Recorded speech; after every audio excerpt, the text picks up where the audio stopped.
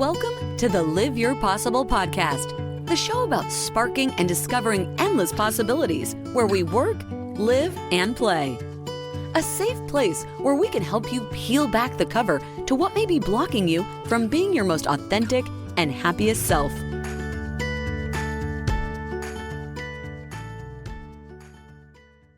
Today's guest is one of my favorite leaders in the world. We have crossed paths, yet are on a similar path to help humans thrive in the workplace. My guest today is Mindi Cox. Mindi works to connect people with purpose to deliver human-centered business results, currently serving as OC Tanner's Chief Marketing and People Officer.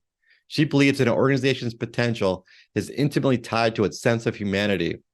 After more than 2 decades in sales, marketing, and as a human resource executive for OC Tanner, her core goal remains the same: to help cultivate workplace cultures where individuals feel connected to the greater purpose and impact of their work, inspiring people to seek personal and professional progress. Listen in today to learn more about all of that, along with how Mindi and OC Tanner are helping people thrive at work all over the world. They're showing people it is possible and how to do it.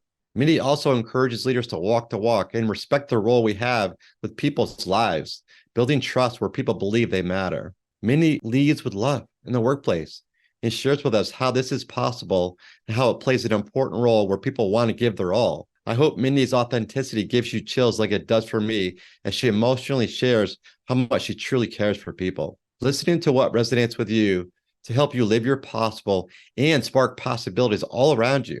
Enjoy the show. Mindi, welcome to the Live Your Possible podcast. It's so nice to see you. How are you doing?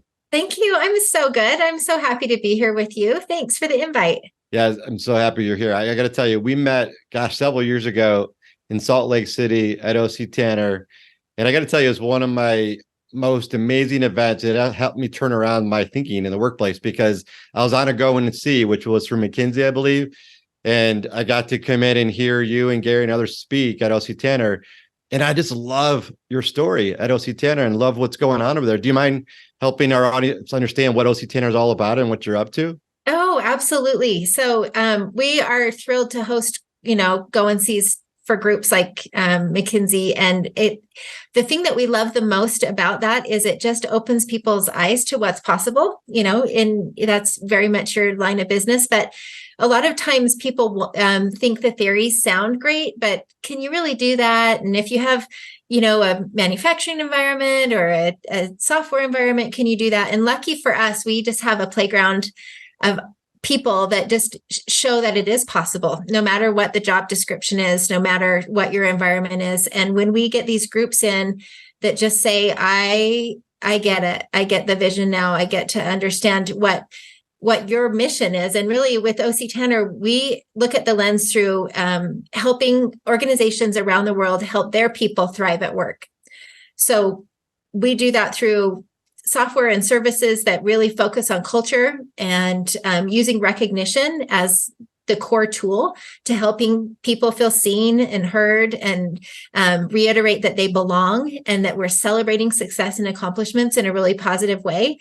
And to some, that sounds so light, but it really, as you look at what people actually need to thrive and what they need to be able to raise their hand and feel brave enough to volunteer, that individual passion and contribution that only they can give, recognition really is at the heart of saying, I believe that you offer this. And when you did it, I saw it and we celebrate it. And I invite you to give more of that. And then as people watch that happen in an organization, they trust it and then they opt in. And it just, in almost 100 years of existence, we've never seen any organization that isn't just a catalyst for more goodness within their walls. So we've been on a high growth trajectory the past few years. And my theory on that is that as the pandemic hit, we had our believers and we had our, the companies that were understanding the benefit of really having an intentional focus on great culture and really inspiring, thriving in their own workplaces. But people went home during the pandemic and rethought their entire lives and rethought the value equation from work and rethought how they want to show up and where they want to spend their time. And it just kind of flipped some of those, I would say, more traditional models on their head, where people just said, you know what, more than salary, more than position, more than anything else that you've really been relying on, workplace at large. I'm interested in lifestyle, and I'm interested in purpose, and I'm interested in being respected and feeling like I'm succeeding, and all of those things that we've been evangelizing, for 100 years. And we really did have a flood of new interest of organizations saying, all right, this is real. Help us figure this out. And it's been a joy to just watch how the workplace has evolved these past few years, because I think it is in the direction of more good for more people more of the time. Yeah, it is the time where we're starting to see more of that focus back on people based on how we treat each other and what people's needs are. The different generations have different needs, as we all know that. And I got to tell you, when I was at OC Tanner, I recognized that this was real. Like, I took a picture of the sign when you go into your front door, which is help people thrive at work. And it's not just a slogan to help the world thrive at work. It was, like you just said, like your team at OC Tanner, and it was thriving. It was beautiful. It was amazing. People were just not just happy to be there. People were excited to be there and contribute, happy we're there learning, because then we could have, hopefully bring that back to different workplaces. And I brought that picture back and a bunch of ideas back to where I was at Mass Mutual and said, we can do this too. And for us to thrive for our customers, we need to thrive within. How do you feel about that? Oh, it has to be so true, through and through. I mean, if you're going to put a stake in the ground that you help organizations, help their people thrive, if it's not true at home and your people just aren't vibrating at that energy level where others can feel it the second they walk through the door, and I don't care who you talk to, it has to be true to the person. It's not like I'm going to take you to one group and very carefully tiptoe you past another so that you can meet with another team that seems pretty happy. It's not that. I mean, it's to the person. Stop who you want to stop, talk to who you want to talk to. And our goal is that they know how they contribute to our purpose in a deep and meaningful way. And, whether you're serving lunches in the cafeteria, or you're, a security guard at the door, or you're in the C-suite, or you're on the floor producing an award, we all know why we're there. And it takes every single one of us. And that is something that we speak to constantly. It's something that we message constantly, but it is more importantly something that we live in the way that we treat each other. And I would say, outcomes and performance, absolutely basic to organizational health, but way of being is the key that unlocks all of that. And that's just something our founder embedded in our organization. But if that's not true for any other company, it doesn't mean that it can't be established at whatever point in time you're at. I 100% agree. I've seen companies talk about these things, talk about even having values up on a wall. When I was there, I could see it really come to life, and you could just see what the impact is that you all are having, and how you would all contribute on each other's teams. The volumes are changing. So it was amazing. And it's I'm repeating that because I think it's important for the audience to understand that it is possible to do this work. And it is real and important to make sure your people understand how they're connected to purpose, their own purpose, but then the team's purpose, and then really living out the values. I think that's really foundational to be able to create this culture that we all could thrive in. It's funny. It's probably one of the, during our onboarding season with our people, and everybody's onboarding season's a little bit different length. We always define it as when you decide that this is your place, that's your onboarding's done, right? So that might be a month, a week, a year, depending on, when we earn the trust of that employee that this is real and this is where you're going to come and grow and contribute in a way that you haven't before. But one of the most consistent questions we get when we do our, 30, 60, 90 day follow-ups and events is, I didn't know when I could trust that people weren't just being nice because I was new, or, when was this going to change? And when did the tone of my one-on-ones, when was that tone going to change with my leader? And they're like, I don't think it's going to change. And I said, it better not. Like, it is what it is. And you can trust it. And I think that's the biggest thing, is just even watching people come from environments where they just have that skepticism because it's a lived experience for them that this is probably going to end. I'll enjoy it while it lasts. But, luckily for us, our average tenure would say it's lasting the length of their career. Yeah, and you want to be there, not just you, but the folks that are there, right? You have a nice fit. You look at when people are onboarded or hired, they want to be connected to what you all are doing. And I also would say, based on the leaders that I had met, they're leading by example. I think it's pretty critical to your point of, if this is going to continue and be sustainable, we need to walk the walk. Well, leaders are the key to everything. And I have a deep passion around the fact that culture lives and is scaled through frontline leadership.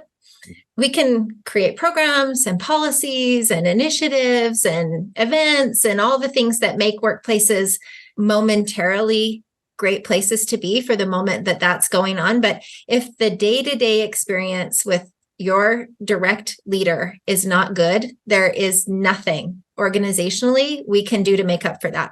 So my focus, energy, effort, passion is really around how do we get frontline leaderships, direct people leaders to respect the role that they have, the influence that they have, to understand why it's so important to develop deep and personal relationship with their people, and then to act on it. You can speak to it all day long, but what do actions look like that support the promises that we make in our value proposition? Yeah, that's fabulous. And I also think about, I know you've talked about fulfillment, going from engagement to fulfillment. I also am curious about, with OC Tanner's perspective, like, how does OC Tanner help companies get folks to go from engagement to fulfillment? And I also think about involvement. To me, like, involvement is like somewhere that, hey, more people, we can actually be part of the culture, part of the action, like be part of the movie. Like, I just talked to somebody the other day on the podcast. Hey, stop watching the movie, be part of the movie, be the star. Like, how does OC Tanner get folks to actually participate more in the movie? Yeah. So I think that's been an evolution of culture measurement over the years too. We were measuring employee satisfaction for a long time. Are you satisfied? Who wants to just be satisfied? Like, what does that mean? You're 3 stars out of 5. Is that good enough for anybody? And then we said, are you engaged? Do you show up and want to give and do your best? And really, our research through the OC Tanner Institute has said fulfillment is what most employees are looking for now. And that looks like, I know that I belong. I have a community here. I feel like I have growth opportunities. I find balance in my life, and I have a leader that is going to be supportive of me. Those are things necessary just to a really purposeful human existence. But they're also things that our workplaces are uniquely positioned to provide. So when you think about all of those factors coming together, there's a precious few places where they all converge, but workplace is so key to that. And I think, to your point of, get in the movie instead of watch it, when people trust that investment in community and the fact that they really belong and that they have the support that they need, and that our total focus is on their growth, they are raising their hand all day long to be part of every scene of the movie. And so that's where we really start to just create a vision for organizations around, we can talk about these big terms, engagement, fulfillment, but you have to break down, where are the action items? What is it that you have systems, policies, practices that may be acting counter to those components that really make up this feeling or this state that you're trying to inspire into people? Where can folks go out and learn more about, these statistics or these measurements, or maybe to learn more about OC Tanner and how you all can help to really measure the progress of culture and do certain things around recognition and other things that you do? Because it's not just the tools, you're actually showing the results that happen to show that they're real. So I don't know if there's an easy place folks can go to check it out. Absolutely. So every year we publish what we call the Global Culture Report, and it is a workplace study that we do with worldwide focus groups, both qualitative and quantitative research on trying to help companies and leaders look ahead. What is the workplace sentiment where you are? What would you like to know? I mean, we're all trying to use surveys and different types of tools to really get into the hearts and minds of our people so that we can be better at providing what it is they need. And this is a global effort to really measure that sentiment. But we don't stop there. It's not about, here's what workers are thinking and feeling, good luck. It is really around, okay, then when we found out that's the state that they're in, what did that mean to them? What are the actions that would mean most to them in that moment? How do you overcome, this kind of sentiment, or how do you foster that kind of positivity? And we get down to really actionable principles. OCTanner.com, more as a resource than a commercial. But if you go there and look for Global Culture Report, or even just Google, OC Tanner Global Culture Report, you can get to an executive summary. It's all available as ungated content. Like, just browse and read and just do better, because we know better. But one of the tools that we've introduced this year that I'm really excited about is that every chapter in this year's report comes with an action guide. And that is really a diagnostic tool. We really wanted to say, findings are great, actions are great, but how do we help teams then really create their plan? Because culture is tricky that way. It is not a lift and shift from one organization to another. For it to be authentic and sustainable within an organization, it has to be sort of your version of this principle. And so these action guides really get to helping a leadership team or an HR team, or you as an individual leader, make an honest assessment of the findings in your company as they relate to the research findings in an area, and then create an action plan out of that. And really just operationalizing what those steps towards improved culture look like. That's everything. That's all of the goodness that we want to start to put into the world. And whether you do that on a solo journey because you use our tools, or whether we can, come in as consultants and help you implement that at scale in your organizations, we're happy to be a part of your journey, whatever that is. Yeah, thank you. And to OC Tanner for sure. I love all the tools. And I guess you don't just have a tagline, you actually live it, help people thrive at work. Because I always kind of make fun of, hey, don't just be happy. Like, here are the steps to be happy. And you're basically saying, here are the steps on how to help people thrive at work, which is awesome, which is going to help people succeed at work. Organizations are going to succeed. It's proven. And guess what? Our communities might even improve. Maybe our families might even have happier homes, which is all that ripple effect that you all are doing. So I'm so proud to be associated with all of you, through our connection and our friendship. And I got to tell you, OC Tanner is one of my favorite places in the world. So, that aside, we also met again at the Positive Organization Forum when we both sat in the front row with Jane Dutton. I think we both have a mutual crush on her. She's like amazing on everything she does and talks about positivity in the world. And you also spoke at that conference. And I just remember how much care you talked about people. Like, this is not just, hey, you're head of, people and work at the time. You're like, no, people, they matter. And you also talked about you lead with a 4-letter word too. So I don't know if you remember the talk, if you can get into that a little bit, because I don't know if you're still leading that way. I think you're talking about leading with love, which used to be like, oh, don't say that when you're talking business, or don't, what are you're getting off the rails, or you're getting into water that should be separated. And let's just face it, like, the world just needs more love. It just does. And at the end of the day, and this has been just my feeling for the longest time, we are in relationship everywhere we go. So you can choose to be in a dysfunctional relationship. You can choose to be in a casual relationship. You can choose to be in deep relationship. And whether that's personal or professional or community or, transitional, whomever you're interacting with in any given spot in your life, you got to show up with some intention about the energy that you're going to leave in that situation. And I think that used to be a lot more frou-frou than it is now. I think we've had the science catch up with the sentiment, maybe is the best way to say that.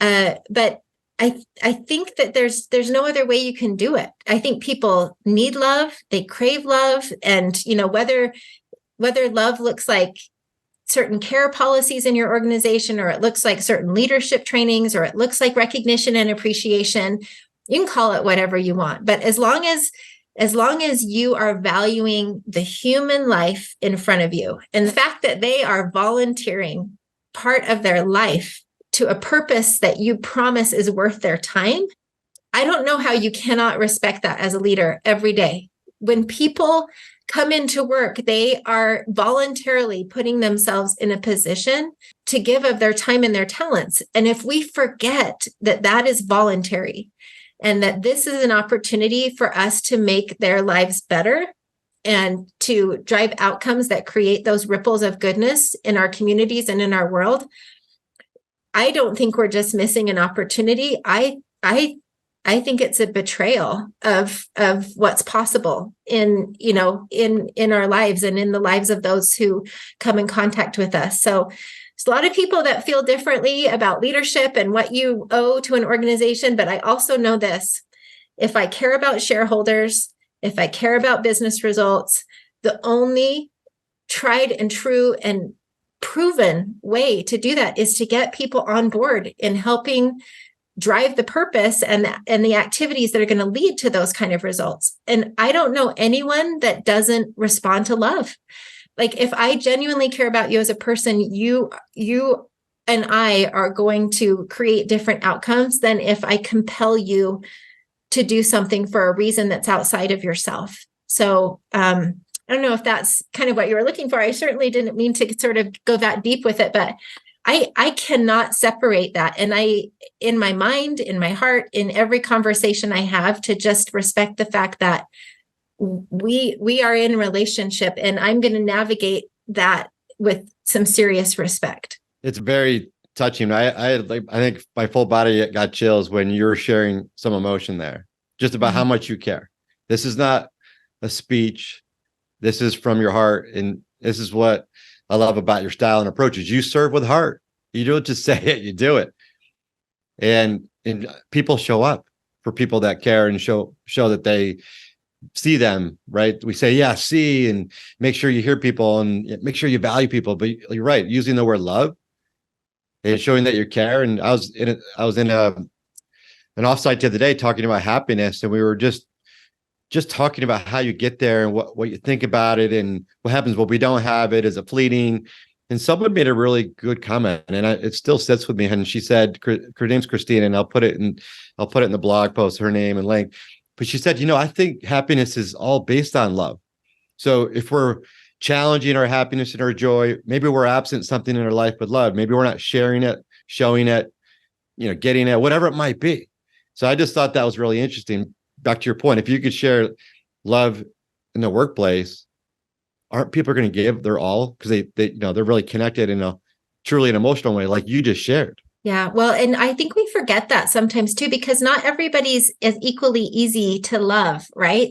So they're showing up, some of them with some armor, some of them with a lot of rocks in their backpack, some of them with a lot of doubt. I have always tried to look at people through the lens of they have showed up today doing the very best they can today. So what is in their way if it's not enough for our team and our goals?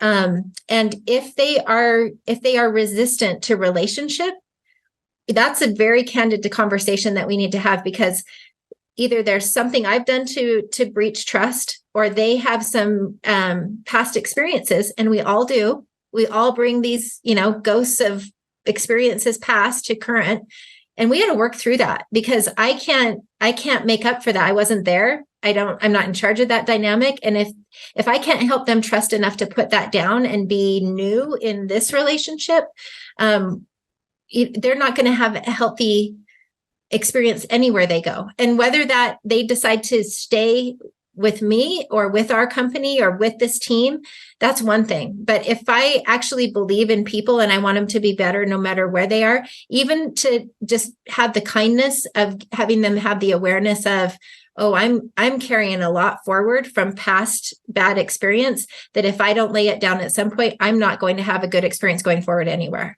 Yeah, I like how you mentioned betrayal. I think goes with that. It's a level of responsibility as a leader. You're sharing this human connection, trying to understand, using love as a catalyst, the way you're going at this, serving with heart, being genuine and caring, having empathy. These are the things we talk about that are maybe some of the soft skills that are really at the core of people thriving, not only at work, but in life. Mm-hmm. I think when we're all born, we came in wanting similar things, and then we've been jaded, or we've been torn, or we've been turned throughout our lives. So it's good it's not only good, it's amazing how you're comfortable to have those conversations. And I encourage others to try that too, whatever word that might be. I think it's just actually asking questions with care and interest, and not judging and not using it against people, but trying to figure out what's going on.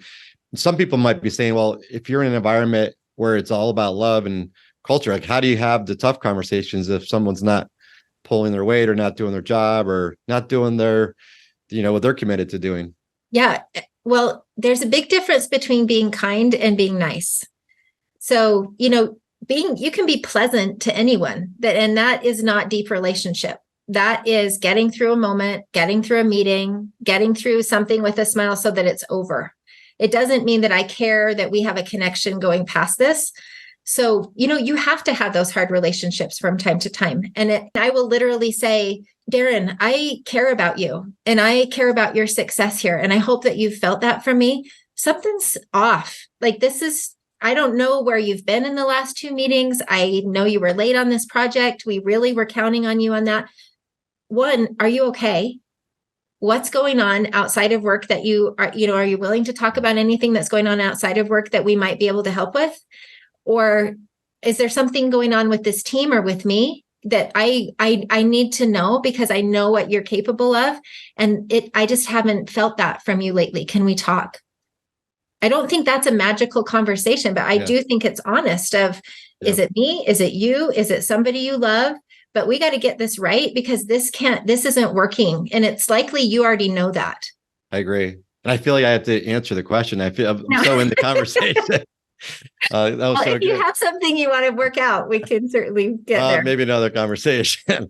No, but thanks for that. That's certainly helpful, right? Just even how to have and conduct that kind of conversation is great. And have you always led with love, or did you have a moment where you say, well, wait a minute, why am I not doing this? Or how did that come about? What's so interesting is I think that, of course, at any point, just like anybody that's growing into who they are and what they want to be, you kind of look around and say, am I doing it right?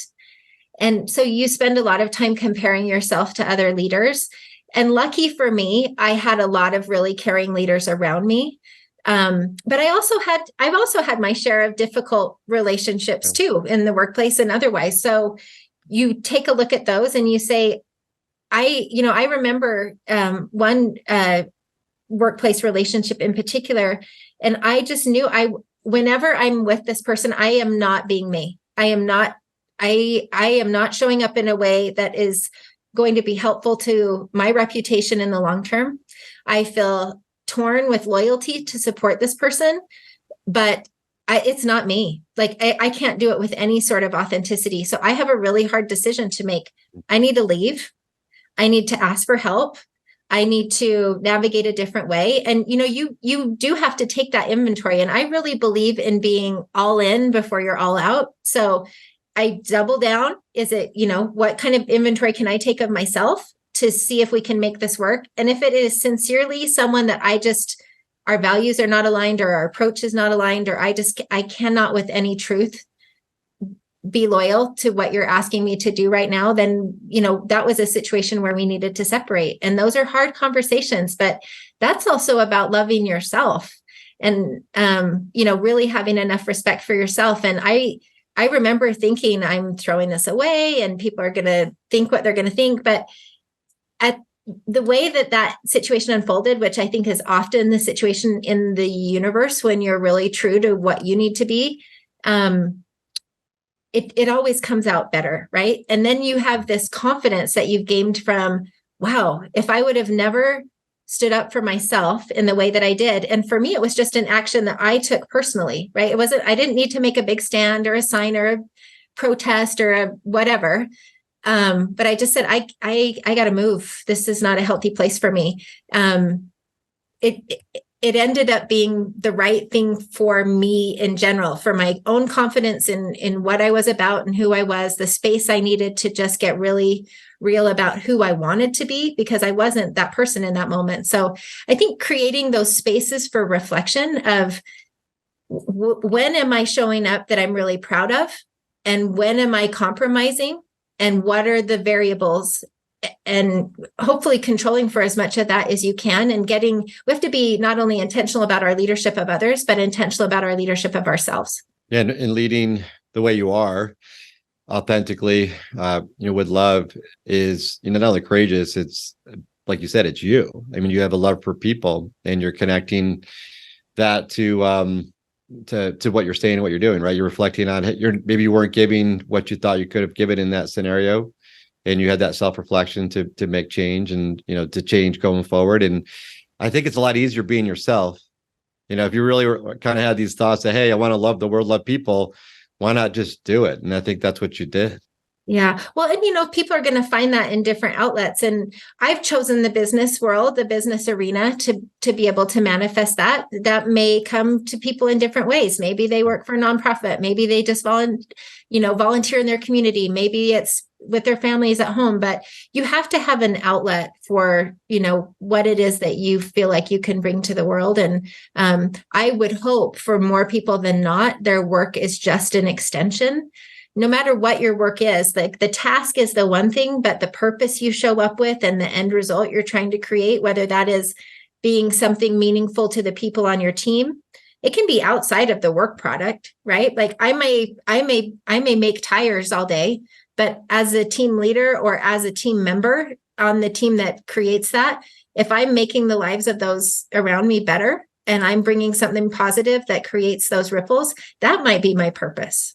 And I can't choose that for everyone, but I do want people to get clear on, I'm at my best when I'm offering this. Okay, great.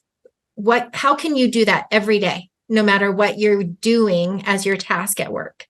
Yeah, connecting to that level of purpose. Yeah, I love how it's not just has to be this task you're doing. It's connected to something bigger, maybe different, that's far reaching. It's powerful. I mean, Jane Dutton talks about the job crafting. I felt like you just did a little job crafting exercise a minute ago right there. Just how do you look at your role, right? I think my biggest source of crush with Jane is just the fact you read her research and you're like, oh, it's written down. That's the thing. That's what I've been feeling. Like it actually has, it has some validity. So good for her for quantifying it. Yeah, it's fabulous.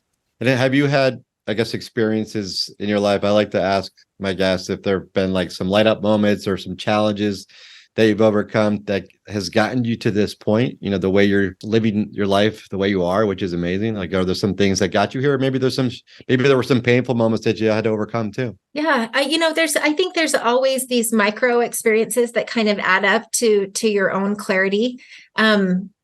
Professionally for me, there was a time when I had to step back from my role for my own sanity and did some consulting with some startup organizations. And I remember visiting with the COO of one of those organizations and her just saying, like, why are you doing this consulting? What is it that really lights you up about your work? And I was talking to her about being able to watch people grow, like they were here and then they were there. And there was something I did in the middle that sort of let them unlock that. And she just made the simplest comment, but it really stopped me in my tracks. She said, well, it must be hard for you to be in more of a consulting role now because you drop off or you deliver or you advise as to the difference making, but then you don't get to see the progress. You don't get to watch the growth. And I thought, that's what's missing. That is what's missing right now. Like I need to go be somewhere. I was floating and flitting and loving all of the difference making I was seeing in the organizations I was working with, but to actually invest in a organization where you get to watch people progress, it's just a different level of satisfaction, and you're just inherently more invested in those people because you live together, right? Like they're your family. So that was a big light bulb moment for me.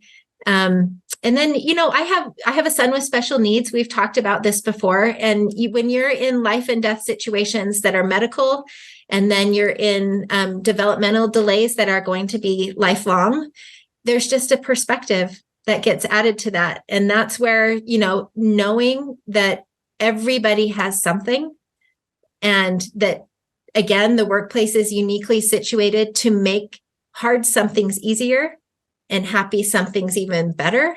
Why not use that? Why not use the influence that you have in people's lives to go beyond the walls and the work that they do for you, but to just help them feel cared for all the way around and for me, I've had leaders that have done that. I have a workplace that's done that with flexibility, with support, with time away, with an invitation to just be able to talk about those things in a really realistic way and have people ask and care about how life is going, but also with the perspective of my son's situation, nothing's ever going to be fixed. Like it's never over, but today is good. And so for me to just be able to sort of segment sometimes long years or months or weeks or days or sometimes hours, I can say that meeting was good. Today, what I accomplished was good. That one thing was good. It really does help me focus on the smaller accomplishments. And I think that's really key to happiness. We all have a million reasons to get overwhelmed by so much to do and so many problems to solve, but you have to break it down and you have to celebrate the moments that are going well. And my experience with my son has really taught me to do that. It's gotten you to stay present, to your point, and really, see what's going on, appreciate what's happening every day. I think it's valuable, and I think it's essential. I think we get so busy and caught up that we think there are bigger problems, right?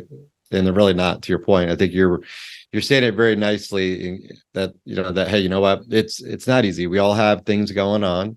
We have to be intentional about being aware and noticing what's right in front of us. Absolutely, and that is back to being in relationship enough to be that, to have that level of awareness. Yeah, and I love how you shared some of the leaders you've worked with. Just they've offered the flexibility and worked with you in different ways.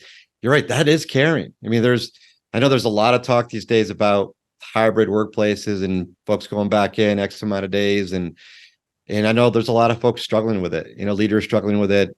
There's people that maybe don't want to go back full 5 days, maybe a couple of days. What's your thought on the hybrid workplace? And I guess how's OC Tanner, helping with that as well? Sure. I think there's so many individual opinions on that and studies of what's most productive or effective. It really does come back down to understanding what the individual needs are. And I think we're seeing a pendulum shift to people understanding that an organization has needs too, and that there is some value to the exchange that happens when people are in physical presence of each other. Like there is a different energy that happens. And I know we can talk about productivity and I'm more productive here and I'm more productive there. OC Tanner has taken the approach, and I've just loved the lifestyle and that it has, and just the balance, I guess, that it creates. But we are 3 days in the office and 2 days at home, and we share our days in the office. They're intentional so that everyone is there on the same days. And that said, we have a mixed environment of people with site-dependent work. They know they can't manufacture or ship or deliver things from their living room. Like they know that. And so how do we create some equitable flexibility with them to say, you've got life stuff too. So let's take a look at how flexible we can be. And by the way, what burdens can we ease while you're here? What benefits can we provide that might be unique to this working group that has to be on site 5 days a week? And it's been a balanced approach for us. And you're going to get as many opinions as you have people who you talk to. But for us, I think that's been the right combination of allowing for that type of, a lot together, a little bit at home, and making sure that we maintain those close connections by just being in physical proximity to each other. Yeah, connection, flexibility, intentional, some keywords that you use there. And I think you're right. It depends on the company. Like every company has different needs and different desires. A group I'm working with has a mixture of office and factory, and there's different needs for sure. So yeah. I think we've been really at the very early stages of looking at this new workplace scheduling and wanting to make things fair. Like what's fair? I think we have to let that go. I think it really is around equitable flexibility. What does the individual need? What does the team need? What does the company need? What does the environment require? What does the work require? And there's not a one size fits all answer. It would be amazing if we had a silver bullet that fixed every culture. If you just did this, everything would be great. It's just not. this sort of ability to lead in this messy middle and be flexible enough to kind of co-create solutions, I think is the new norm. Change is going to be rapid and inevitable, and ambiguity is a skill set. Like being able to operate in ambiguity is going to be a prized skill set. Yeah, I agree with you. And I know you're doing a lot today, and you're out there speaking. You're really helping out the world in so many fabulous ways, right? Helping people thrive at work. And I know you like to give back too. And congratulations on just being appointed onto another board. So I don't know if you want to talk about that or anything you're doing. Oh, I would love to give a plug. If you're not familiar with an organization called Upwardly Global, and you're interested in purposeful hiring and creating just a better outcomes for people, Upwardly Global is a national organization that specializes in placing professional level refugees. So, I mean, we're looking at so many tragedies unfold in the world, so much displacement, so many refugee communities popping up. And I'm telling you, Darren, it could be either one of us on any given day. Just, so grateful for my moment and where I am and where I'm at, because you meet these people and they've been professionals their whole life. They're educated, master's degrees, they're raising their kids. They've had decades long careers, and in a moment it changes and they are put into a country and a language they don't speak with certifications that mean nothing. And it is, I can't imagine what my level of resilience would be in that situation. But we have so many stories like that. And thank goodness the US is a place that is a desired destination. And we have such a workplace need for highly skilled professionals. And guess what? It may require a little bit more intention. It may require a little bit more support or different support, but every employee needs, a specific onboarding experience. And so this is really about connecting these very highly skilled populations with not subsistence jobs, not survival jobs, but professional level jobs that we have vacancies in. Like we need the smarts that these people bring.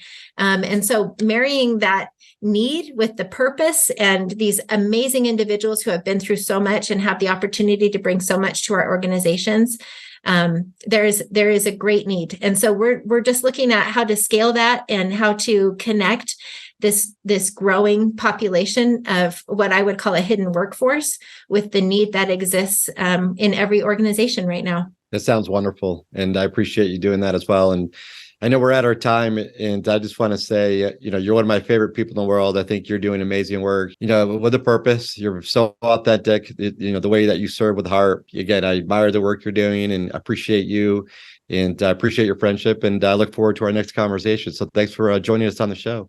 Oh, Darren, always my pleasure. And I'm so grateful that you're putting all this out. Thank you. Mindi Cox is such an inspirational leader, living and serving with heart around every turn. When I hear her stories and way of life, anything is possible. She makes it safe for us to lead with love, be authentic, courageous, and vulnerable. She showed us how to honor ourselves and values so we can do the same for others. She even encourages us to slow down to appreciate and cherish the moments that are going well, like her son has taught her to do each day. Check out OC Tanner's Global Culture Report and website to gain the additional proof you need to help you and your team thrive in the workplace. It is possible, I promise you. My heart is full today thanks to Mindi. I feel present, grateful, and more confident than ever that we can live our possible as our happiest, authentic selves. Mindi's living proof and an inspiration to us all. Thank you for listening and growing together today. Make it a great one.